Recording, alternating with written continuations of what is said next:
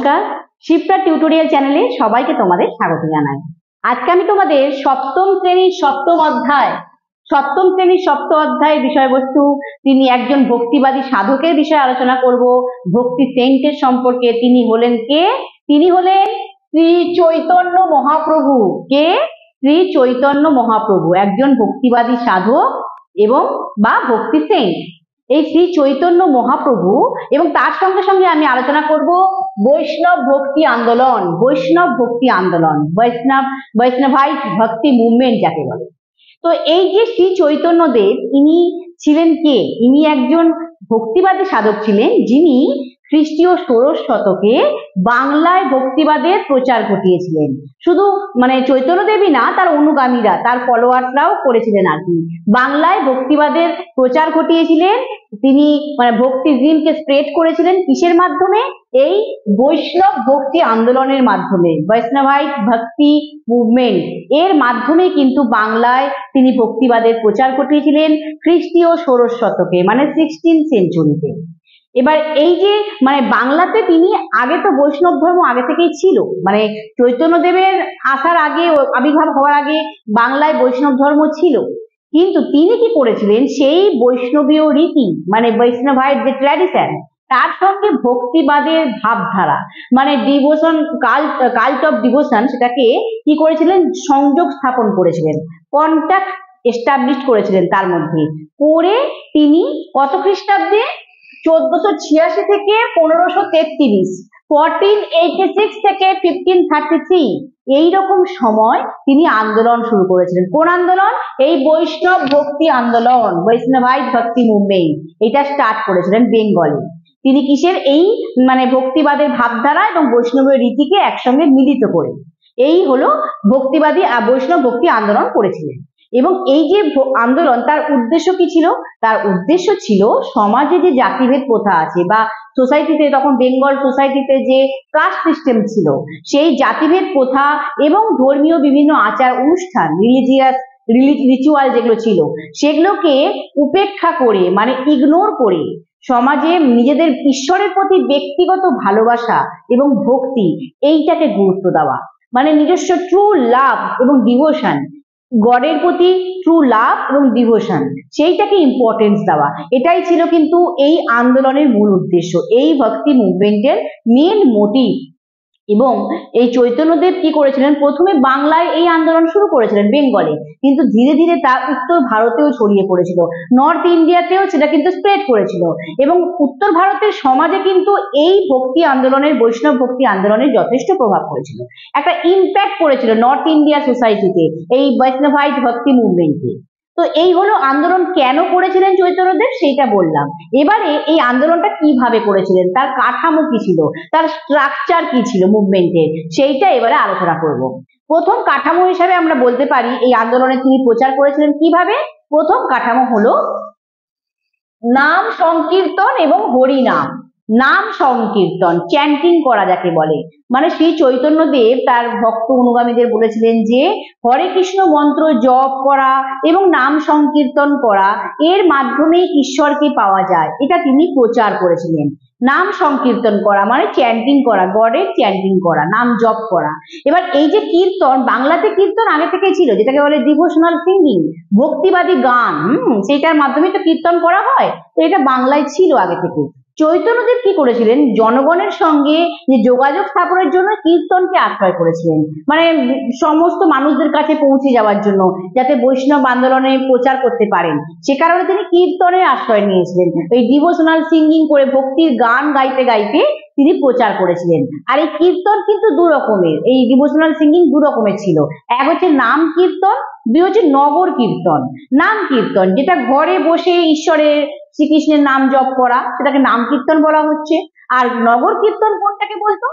রাস্তায় বেরিয়ে শোভাযাত্রা করে হাত দুটোকে তুলে নাচতে নাচতে নাম সংকীর্তন করা বা ডিভোশনাল সিঙ্গিং করা, এটাকে বলা হচ্ছে নগর কীর্তন। এই দু রকম কীর্তনের মাধ্যমে কিন্তু শ্রী চৈতন্যদেব তিনি নাম জপ করা এবং সংকীর্তন করার উপর গুরুত্ব দিয়েছিলেন এবং এর মাধ্যমে কিন্তু ভক্তি আন্দোলনের প্রচার করেছিলেন। এবং এই যে ভক্তি আন্দোলনের এটা কিন্তু মূল অংশ ছিল, মেন পার্ট ছিল। কেন? কারণ সাধারণ মানুষ সহজেই এটা করতে পারতো, সবাই এটা করতে পারতো, হাত তুলে দুহাত তুলে গান গাইতে গাইতে নাচতে নাচতে যাওয়া, এটা সবার কাছে খুবই সহজ বিষয় ছিল, ইজি ছিল। তাই এটাই ছিল মূল মানে আন্দোলনের প্রচারের মূল অংশ, মেন পার্ট। দুই কি? দুই হচ্ছে তিনি জাতিভেদ প্রথা বিলোপ সাধন, তিনি কাস্ট সিস্টেমকে অ্যাবলিশ করেছিলেন একদম। মানে সমাজে যে জাতিভেদ প্রথা ছিল সেই জাতিভেদ প্রথাকে দূর করে সমাজে জাতি ধর্ম বর্ণ সব কিছুকে একদিকে রেখে সকল ধর্ম সকল জাতি সকল বর্ণের লোককে এই আন্দোলনে অংশগ্রহণ করার জন্য তিনি অন্তর্ভুক্ত করেছিলেন আর কি। মানে অল কাস্ট অল রিলিজিয়ান সবাই কিন্তু এই বৈষ্ণব ভক্তি আন্দোলনে যোগ দিতে পারবে, এটা তিনি বলেছিলেন। বৈষ্ণব ভক্তি মুভমেন্ট করতে পারবে, এটা কিন্তু একটা সমাজে বৈপ্লবিক পরিবর্তন এনেছিল, একটা রেভলিউশনারি চেঞ্জ এনেছিল। কারণ জাতিভেদ প্রথার ঊর্ধ্বে গিয়ে আন্দোলন করাটা বাংলায় সেই সময় যথেষ্ট কঠিন কাজ ছিল, তো সেটা কিন্তু শ্রী চৈতন্যদেব করেছিলেন। 3 নম্বর কি? 3 নম্বর হচ্ছে ভক্তিকে ব্যক্তিগত ও মানবিক সম্পর্ক হিসাবে দেখা। মানে ঈশ্বরের প্রতি যে ডিভোশন সেটাকে বলা হচ্ছে ব্যক্তিগত পার্সোনাল এবং মানবিক সম্পর্ক, হিউম্যান রিলেশনশিপের মাধ্যমে দেখা। অর্থাৎ তিনি বলতে চেয়েছেন যে ঈশ্বর এবং মানুষের মধ্যে যে সম্পর্ক সেটা প্রেম বন্ধুত্ব মানে লাভ ফ্রেন্ডশিপ এবং মানে অভিভাবক এবং সন্তানের মধ্যে যে সম্পর্ক মানে প্যারেন্টস এবং তার চাইল্ডের মধ্যে যে রিলেশনশিপ হিউম্যান রিলেশনশিপ মানবিক সম্পর্ক তার নিরিখে ব্যাখ্যা করেছিলেন। তার মাধ্যমে তিনি এক্সপ্লেন করতেন যে ঈশ্বরের প্রতিও আমাদের ভক্তি ভালোবাসা এভাবেই এরকমই হওয়া উচিত, যেভাবে আমরা আমাদের বন্ধুর প্রতি ভালোবাসি, আমরা প্রেম আমাদের সঙ্গীর প্রতি প্রেম থাকে, যেরকম ভাবে আমরা আমাদের অভিভাবক তার সন্তানের প্রতি ভালোবাসা থাকে, ঠিক সেই রকম ভাবে তিনি বলেছেন যে ঈশ্বরকেও সেই রূপে সেইভাবেই সম্পর্ক স্থাপন করার জন্য গুরুত্ব দিয়েছিলেন। মানবিক সম্পর্ক হিউম্যান রিলেশনশিপ এটাও ছিল কিন্তু এই আন্দোলন প্রচারের একটা বিষয়। 4 নম্বর কি ছিল? 4 নম্বর হচ্ছে সামাজিক সমতা।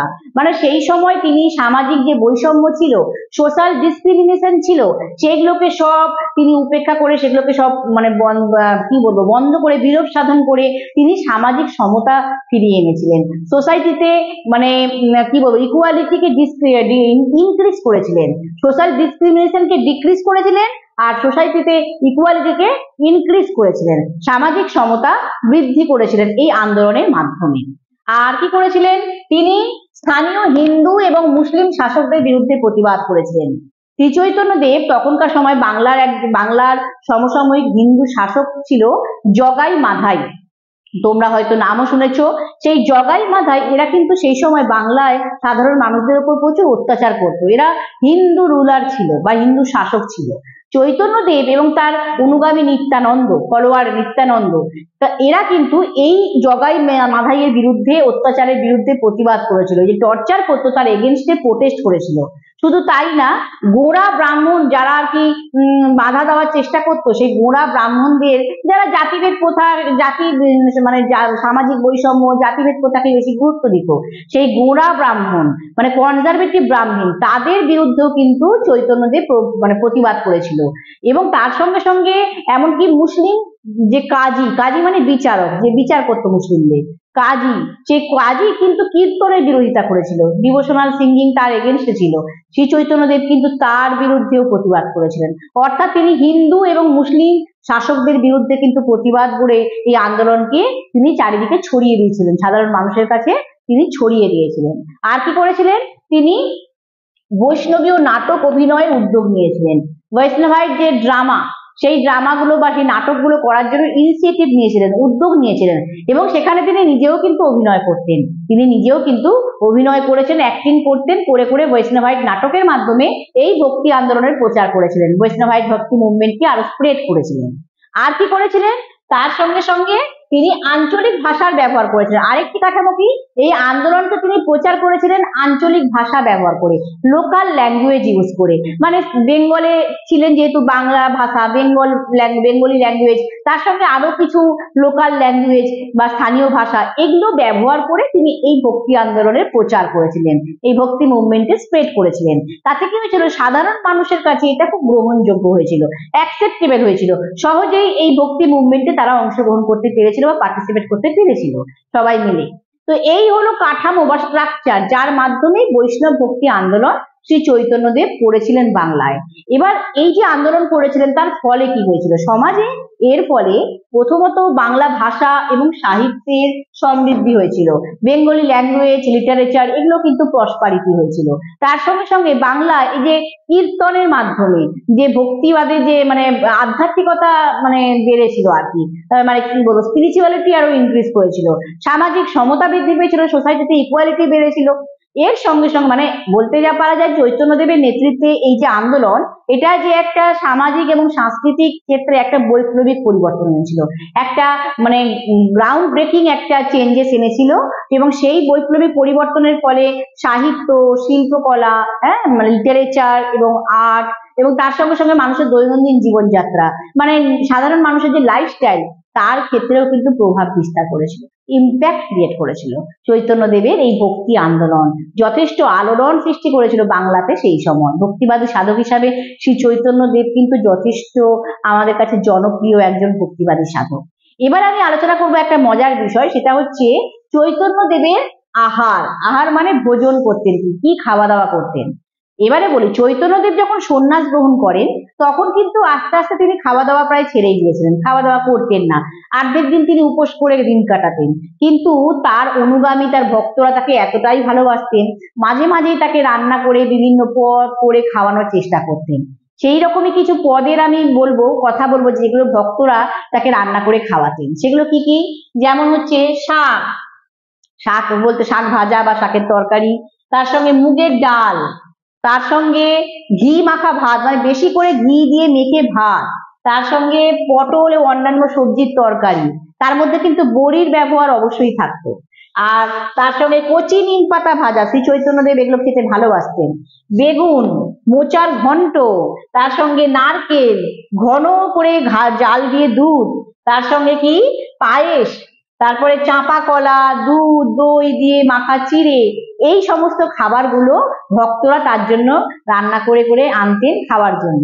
এবার শ্রী চৈতন্যদেব তো এইসব এত জিনিস তো খেতে পারতেন না, তিনি কি করতেন তার অনুগামীদের খাওয়িয়ে দিতেন, কীর্তনিয়া যারা আর কি এই সমস্ত কীর্তন গান গাইতো, ডিভোশনাল সিঙ্গিং করতো তাদেরকে খাইয়ে দিতেন, বা কোনো ক্ষুধার্ত মানুষদেরকে ডেকে ডেকে খাওয়াতেন, যারা হাংরি ছিল তাদেরকে ডেকে ডেকে খাওয়াতেন। এইভাবে কিন্তু চৈতন্যদেব মানে চৈতন্যদেবের জন্য ভক্তরা কিন্তু এইভাবে রান্না করে তাদেরকে আহার পরিবেশন করতেন। এটা একটা মজার বিষয় আলোচনা করলাম। তো এই হলেন শ্রী চৈতন্যদেব, তার ভক্তিবাদী সাধক হিসাবে তার বাংলাতে কি ভূমিকা ছিল, সমাজে কি ভূমিকা ছিল, শুধু বাংলায় না তিনি পুরো উত্তর ভারতেই প্রায় ভক্তিবাদের প্রচার ঘটিয়েছিলেন, নর্থ ইন্ডিয়াতে। তাই ভক্তিবাদী সাধক হিসাবে কিন্তু শ্রী চৈতন্যদেবের যথেষ্ট গুরুত্ব। তো এইখানে কিন্তু আমি এই বিষয়ের আলোচনা শেষ করছি ভক্তিবাদী সাধক চৈতন্যদেবের সম্পর্কে। আর আলোচনা শেষে বলতে চাই যে অ্যানুয়াল পরীক্ষা কিন্তু এসে গেছে প্রায়, আর আমারও কিন্তু এই সপ্তম অধ্যায় প্রায় শেষের দিকে চলে আসছে। এরপরে কিন্তু আমি তোমাদের প্রশ্ন আলোচনা করব বা উত্তর দেব, ষষ্ঠ অধ্যায় সপ্তম অধ্যায় একসঙ্গে দেব, যাতে পরীক্ষায় তোমরা সেগুলোকে পড়ে লিখতে পারো। তাই যারা এখনো শিপ্রা টিউটোরিয়াল চ্যানেলটি সাবস্ক্রাইব করোনি তারা চ্যানেলটা সাবস্ক্রাইব করে নাও, আর পাশে থাকা বেল আইকনটি অবশ্যই প্রেস করো, তবে নোটিফিকেশন পাবে।